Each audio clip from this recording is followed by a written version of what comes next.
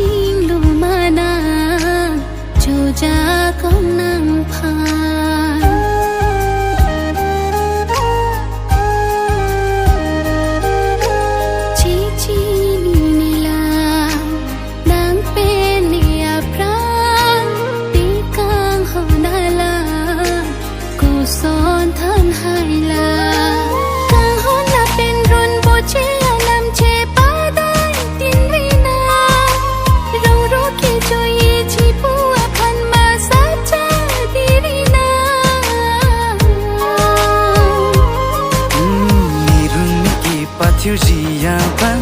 ni sengalu jokta avilan sikan honten than jimanan manji mane he maripina saminan konatsi chelo jimana nang tengkang kache jor puana kanja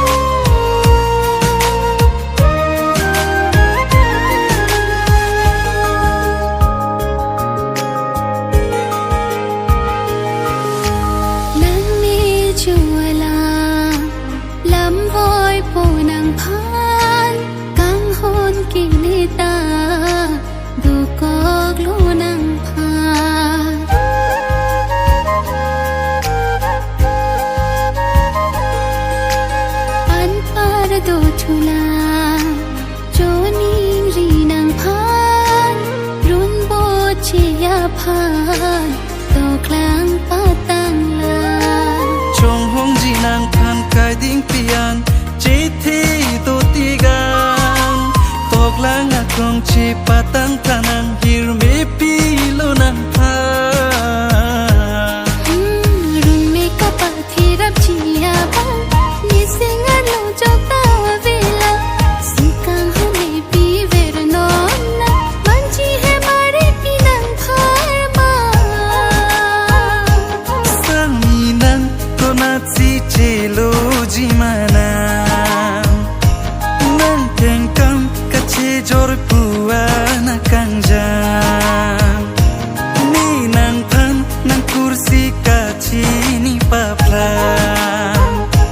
so ating kenang ke ni huwa serja ni rumi ki pathir jiya bang ni sengalu jokta avilan sikan honten than jimanan manji mane he maripina